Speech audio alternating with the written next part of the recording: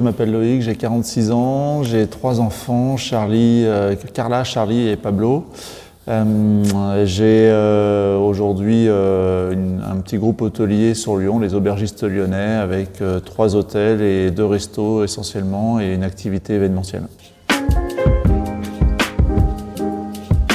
J'en ai un qui m'est venu assez spontanément, c'était un vieux prof d'EMT qui s'appelait Monsieur Telade, si je dis pas de bêtises. Et l'un de mes meilleurs souvenirs, c'était les descentes avec ses planches à roulettes depuis la Solitude dans le grand virage, je crois, vers le bâtiment des 3e qui terminait sur le bâtiment des 6e. Et je crois que c'était la hantise de toutes les mamans puisqu'on revenait avec nos chaussures légèrement défoncées puisqu'on freinait avec les pieds. Au niveau de la Solitude, ce serait la forêt. J'ai eu la chance de le connaître avant le gymnase. J'étais en 7e, si je ne dis pas de bêtises. Et donc, j'avais cette chance de pouvoir avoir cette cour de récréation dans la forêt. Je ne sais pas si aujourd'hui ça serait encore autorisé. Mais c'était un vrai... ce lieu-là, dans la forêt, j'adorais courir avec mes potes dans cet environnement. J'en ai retenu un, c'était Monsieur Ravistre, si je ne dis pas trop de bêtises, prof de français. Il a toujours su m'intéresser, me passionner. J'étais pas un élève fantastique, mais j'aimais ça et il m'a incité à faire quelque chose. Je lui en serai éternellement reconnaissant. J'avais un livre de chevet qui était premier de cordée. Il m'avait incité à aller rencontrer Roger Frison-Roche qui était encore en vie. Et ça a été un moment assez génial avec mon frère qui m'avait emmené à l'époque le rencontrer à Chamonix. C'était quelques années avant son décès.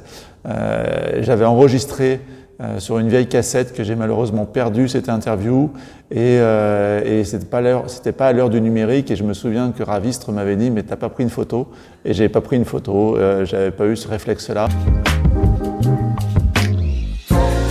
J'ai terminé au lycée agricole de Sandar à Limonest, j'ai fait 2 ans sur un bac techno. J'ai pris un BTS technologie végétale, donc pour donner des conseils à des agriculteurs. Moi qui suis né à côté de la place Bellecour, c'était pas très aligné. Et puis j'ai découvert une super école avec une pédagogie active qui dépendait de l'Institut supérieur d'agronomie à Lille, qui s'appelait l'ITIAP, et qui formait des ingénieurs pour le monde du paysage. Et donc j'ai refait un BTS en alternance pour le coup, pour intégrer cette école-là.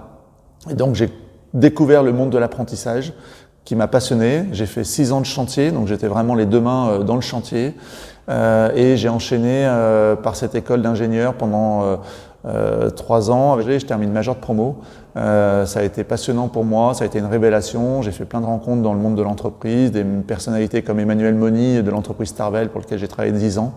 Et puis au bout de 10 ans dans ce métier-là, j'ai décidé de reprendre l'entreprise familiale qui était un hôtel en centre-ville à Lyon. Je l'ai racheté à ma mère. J'ai 2 copains très proches qui sont Flavien Lanet et Benjamin Rivoire, donc c'est deux piliers de ma vie.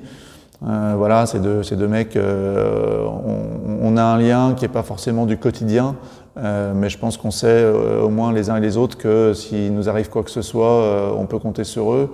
Voilà, moi je suis parti 6 semaines à l'autre bout du monde, ils connaissent pas particulièrement ma femme, même s'ils l'ont déjà rencontrée. Spontanément, ils l'ont appelé pour prendre des nouvelles. Voilà, pour moi, c'est des choses qui sont assez marquantes.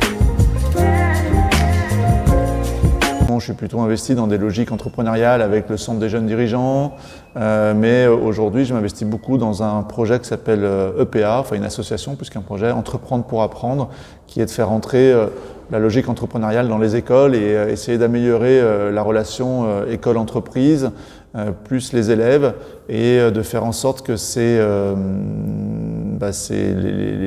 les futurs acteurs de nos entreprises connaissent un petit peu mieux ce monde-là. Puis par le plus grand des hasards, il n'y a pas de hasard dans la vie, on m'a demandé de venir m'investir auprès de la fondation via Michel Rivoire. J'ai trouvé que c'était un joli clin d'œil du destin.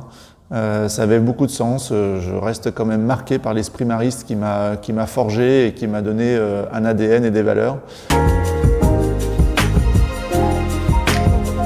J'ai rencontré le père Perrault sur un sujet où j'aurais pu être dans la croyance qui reste dans un schéma très classique. Et cet homme m'a remis l'arrêt dans l'axe, comme on dit, un peu vulgairement, mais en tout cas, il m'a clairement dit En gros, que même lui, homme de foi, entrepreneur, la vie, elle était comme elle était et qu'il fallait surtout, il l'a pas dit avec ces mots, mais son conseil et sa réflexion voulait dire ça, ne pas rester enfermé dans les schémas sociaux que la société voulait bien nous renvoyer et que donc n'ayez pas peur, soyez vous-même. Moi, j'ai un credo, enfin en tout cas une ligne de conduite qui est bien présente, c'est ose, sois acteur et démerde-toi.